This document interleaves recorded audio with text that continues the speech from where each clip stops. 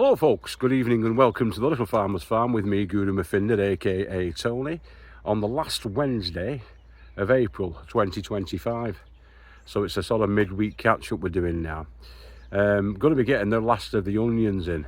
I've got about an hour actually to play with. It goes dark about 9 o'clock and it's about 7:45 now. So I've got about an hour to get some stuff done.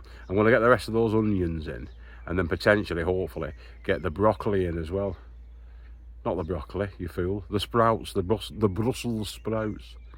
So let's take a look at the onions first. So here are the last of the onions in this year's onion bed. And these are the Stutgarter, the Germans. Stutgarter on this left-hand side as we look at it from the path.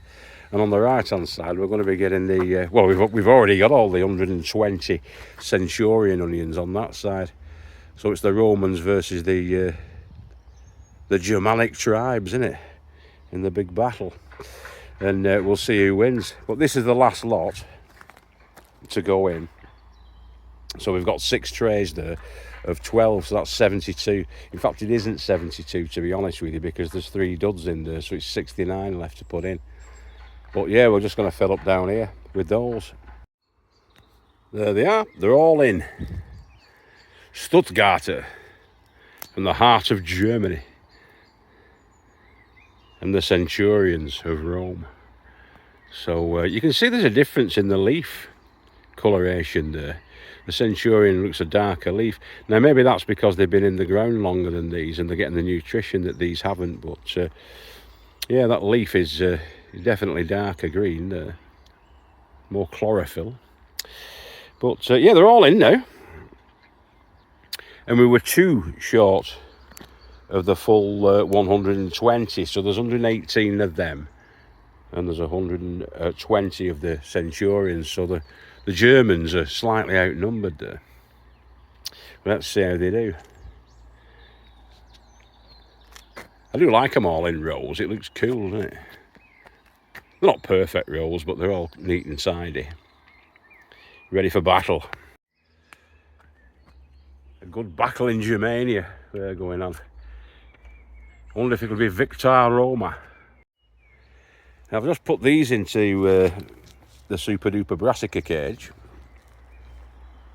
I love this cage. But they're not actually planted in yet. I've just put them in a watering tray there. And we've got the Brussels sprouts on that side. They're looking a bit floppy at the moment. I think they've just got a bit leggy from being in that polytunnel. So hopefully tomorrow they'll perk up now that they're outside. They'll be getting used to the external conditions, and they'll all perk up and stand up straight. Looking a bit floppy at the moment. But these, if I don't plant these CHOI in shortly, they're going to be ready for eating. If you look at the big brothers over here that were started off 3 weeks earlier and planted in, they're a lot more well along, aren't they? They grow very quickly, CHOI, about 10 weeks, something like that, before you're ready for harvesting. And these are pretty much ready for harvesting now. Another couple of days I'll be checking those out, because I'll need to, because if you look at the cauliflowers behind them, these little cauliflowers, they're getting shaded out, especially that one there. He's getting shaded out by these, so we need to get those out. They're definitely ready. And what I might do then is have a few of them fresh, and then I'll leave the other ones, I'll freeze the other ones up, ready to do soups and stir fries with. But that's what you do with the CHOI. It's good stuff, CHOI, I like it. You can actually eat it raw as a salad. It's a relatively strong tasting leafy green, not very strong tasting, it's like a mild leafy green salad. Certainly a lot more bite than lettuce, but yeah, it's nice, I like it. There's some more of it there, ready for going in. But if you turn your back on that and you leave it say a week over, it'll just go straight to seed. You'll get the seed stems shooting up and the flowers coming on. So yeah, the next few days in these weather conditions, where it's been quite hot and relatively dry, then it's gonna bolt quickly, that. So I'll be checking that out probably before Saturday, or maybe on Saturday, because we're on Wednesday now. Another 2 or 3 days, that's definitely going to be ready. We've just had a water up in here. I watered them all up with my watering cans. You can see around the bases there. Don't like wasting water, especially when it's getting sunny like this, because you've got to conserve what you can, but also look after your plants. So I just pour it around litre or so for each plant around the bases. You can see the circle there that I've done with my watering cans. Just go along and do that. They're all looking quite healthy though, aren't they? All my brassicas. They will do in here. This time of night, all the cabbage white butterflies have gone back to bed, so you don't get any out at this time of night. It's about 8:30, 8:45 now. You won't get any out to invade, so I'm not too bothered about the door at the moment. But in the daytime, that stays closed all the time until I come in with my watering cans, which I fill up outside there first. Fill them all up, then bring them all in quickly, close the door behind me, water up if you need to. I don't tend to do it in the daytime though. I tend to do it at night, and the same reason. Yeah, the same reason being that you don't get the burn off. So as you water up of an evening, the chances are that overnight, as it soaks into the soil, the water, it gets deeper down, gets to the roots where it's needed. The plant takes it up, and it's sufficient for the next day or two in the ground to liquefy your vegetables, or hydrate the vegetables, shouldn't it? So you get that hydration through the leaf. Only when it's like this. It's been sunny now for about 3 or 4 days. We haven't had any rain now for about 12 days really. We've been lucky for the rain. But plants do need water, that's for sure. Yeah, it's all coming through now. It's looking nice. I'm enjoying it now, this. All the onions are in. So all I've got left really now to plant in is these. So we've got 2 more cucumbers and 2 more courgettes. In fact, 2 courgettes. I've not got any more courgettes. I've only got the 2, but these 2 will be going in. Like I say, I'm giving everything a drink. They've all been. This was dry this afternoon, or this evening when I came up. It was dry in that tray. The beetroot, of which we've got 24 multi-sown. So there's about 3 or 4 seeds in each one of those cells. So we'll probably get about 100 beetroot from that when we plant them out, hopefully, fingers crossed, if they don't get attacked by too much pestilence. And the big onions, got to get those big onions in. I've also got lots of peas. Oh, the lady farmer started a load of peas off. In fact, let's go and check on them. I've not checked on the peas. Yeah, there's a couple of peas coming through. Not been too successful with the peas, the lady farmer, to be honest. Only a couple of them popping through there. Maybe overwatered them, potentially. I might direct sow those outside, because we will need a lot of peas. I've created that pea and bean bed for all of those peas.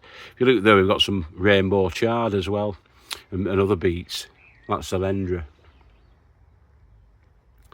Oh, got these as well, look. Dwarf French beans. A couple of those. We've got the butter beans as well. They can go up at the top. Some more peas in there, potentially, if they come through. Probably getting too much water, I think, those peas. Might take them out, actually, those, if that's a will. I'll take them out and I'll stick them in here overnight. And then maybe have a nip up. Might leave them in here, actually, for a day or two. Take a leaf out of Joe Low's book, The Wise Old Elf's book. Don't drown them. I think that's the wise move, to take those out of the... Oops, banging my head. Really got to get these spuds in, guys. Really have to get those spuds in, the remaining potatoes. Well, that's what we've got to plant in so far. Yeah, there's the pea and bean beds ready to receive. I'm going to build some framing up on Saturday on these ones, so we can get the cages open, plant the beans in, give them a climbing frame to climb up for the beans and the peas. I might well direct sow the peas. Only trouble with that is you've got to be careful, because the mice will get to them, but we'll see how we get on. Now down in front of me, my shed, on the original side, where we've got the tiki hut, my shed, there's this spur bed here that's got second early and new potatoes in it now, but this one's spur. So I'm going to weed all that, renutrify the soil, and we'll have all of those beetroots in there and a couple of courgettes. So I think I'll stick the 2 courgettes on the end there, and then I'll get the beetroot to fill the rest of it. So that's where that's going. Sounds like a plan. All right, well that is me for tonight. That's me done. I'm going to get back home now, and so I've only nipped up for like an hour, like I say, just over an hour actually, about an hour and 10 minutes. It's 9 o'clock now. So yeah, we'll be getting back to the homestead.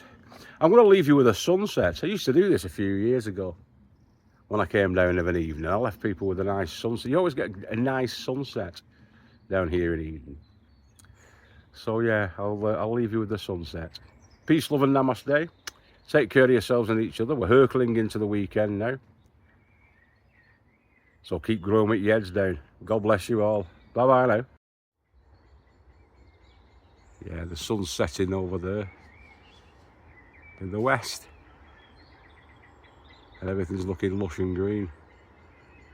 Beautiful. Bye-bye, boys and girls. Take care of yourselves. Ta-da.